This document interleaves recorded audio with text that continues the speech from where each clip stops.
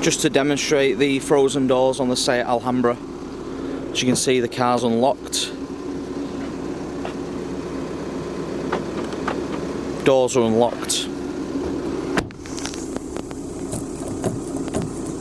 But somewhere inside the locking mechanism's frozen. And no matter how hard I pull on this, there's no give. I have to open the doors from the inside. And still no play in the handle.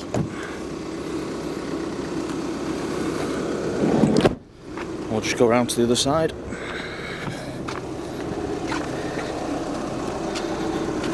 Exactly the same. There is a little bit of play in the handle, but